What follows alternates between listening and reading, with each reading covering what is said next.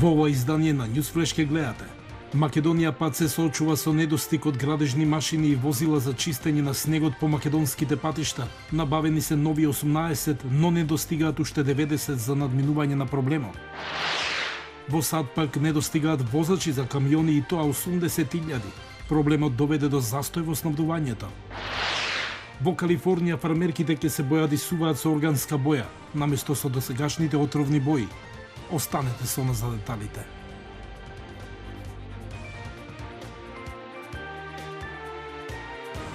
Добро вечер. Ова е ТВ журналот Newsflash на гласот на Америка на македонски јазик. Јас сум Јованчо Наумовски. Дипломати од САД и Русија се состанаа денес во Женева, започнувајќи со серија разговори на високо ниво во врска со масивното трупање на руска војска вдолж нејзината граница со Украина. Рускиот заменик министер за надворешни работи и неговата делегација ја започнаа дипломатската мисија за разговори лице в лице со американската делегација предводена од заменик државниот секретар Венди Шерман. По разговорите во Женева, Русија треба да одржи преговори со НАТО во Брисел во среда, како и со представници на Европската унија во четврток во Виена. Врвните дипломати и од САД и од Русија изразија мал оптимизам пред денешните разговори. А од останатите вести. Државата неодамна набави нови 18 нови возила за чистење на снегот по македонските патишта, но од Македонија пат велат дека им се потребни минимум 90 возила и 30 градежни машини. Најстарото возило со кое се уште се чисти снего на македонските патишта е од поранешна Југославија и има 42 години. Мики Трајковски од Охрид има повеќе. 42 години има најстарото возило кое се уште чисти снег на македонските патишта. Тоа е од марката Мерцедес од 1979 година. Просечната старост на возниот парк со кој располага јавното претпријатие за одржување на магистрални и регионални патишта Македонија пат е во просек повеќе од 28 години, велат од таму. Граѓаните со години искажуваат незадоволство од начинот на кој се чистат патиштата од снег за време на зимската сезона. Нас многу стално не изненади снегов во декември, во јануари. Во други држави снегов врнет, тие почнуваат да чистат. Кај нас чекаме да нападнет, да наврнет и после ќе чистиме. Во меѓувреме, еден шлепер со лоши гуми се препречи на потот и с Богом 2 дена со бракијат. Не сум многу задоволен. Ако првите 2 дена не интервенираш, после џабе тие, после мраз не може да го чисти. Како снегот стално у Македонија само не изненадува, нигдека на друго место. Со 2 камиона можеш ти да чистиш цела општина околу наоколу и другите патишта. А поради местоположбата каде се наоѓа, врнежите од снег секога знаат да направат проблеми во малата општина Дебрца кај Охрид. Градоначалникот Зоран Огачевски вели, наместо државата под чии ингеренции било чистењето на регионалниот пат кој поврзувал повеќе населени места, се случувало тоа да го прави општината. Нивното објаснение е дека тие вршат чистење по одреден приоритет, односно најпрво треба да го чистат магистралниот пат. Меѓутоа, ако не биде регионалниот пат исчистен, џабе било чистењето на општинските патишта, односно доаѓа до неможност на одвивање на сообраќајот. Но после 25 години неодамна беше обновен дел од возниот парк на Македонија пат. За таа намена владата одвои 180 милиони денари. Знаеме сите дека возниот парк на Македонија е во Македонија пат е во по застарена кондиција, така да кажам. Набавени се 15 камиони и 3 утоварачи Ханомак со должина и зафатина на 2,5 метри кубни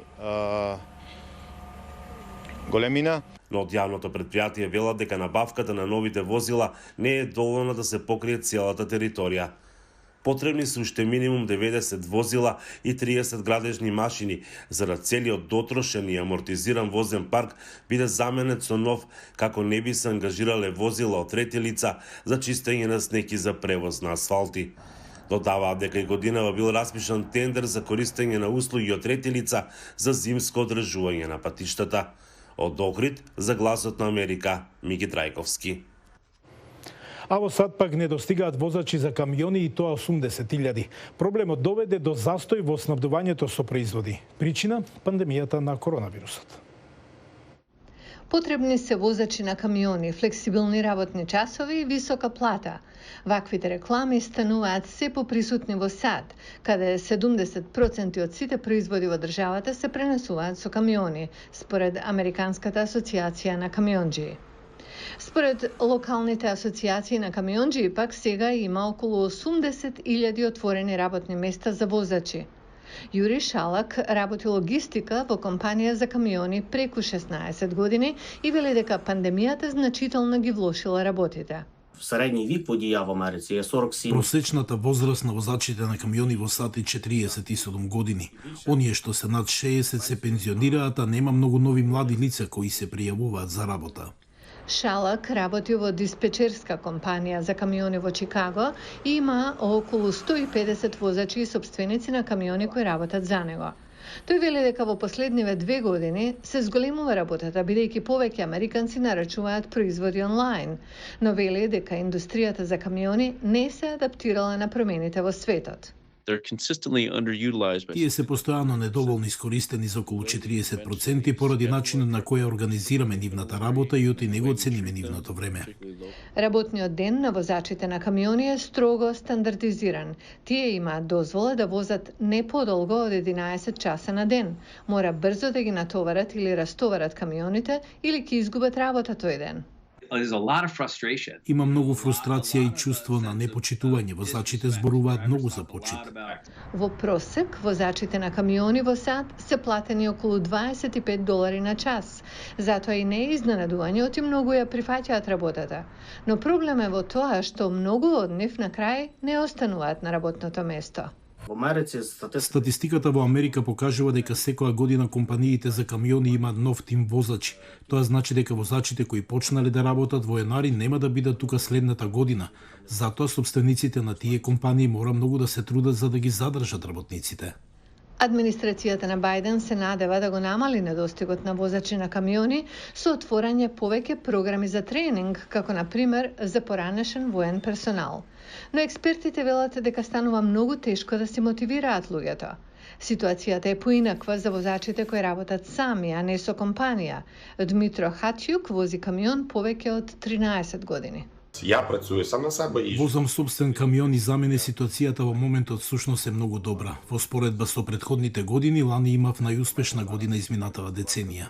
Додава дека и покрај потенцијалните проблеми сепак е среќен со работата. средно зарплата. Нашите плати се 2 до 3 пати повисоки од просекот во Америка.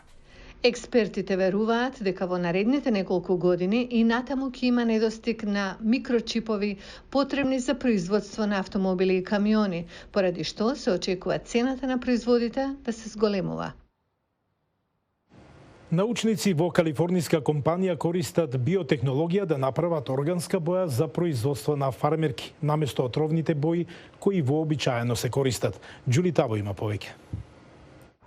Покрај низиниот класичен изглед, сината боја која се користи за производство на фармерки може да биде штетна за животната средина и потенцијално отровна за работниците, велат некои истражувачи.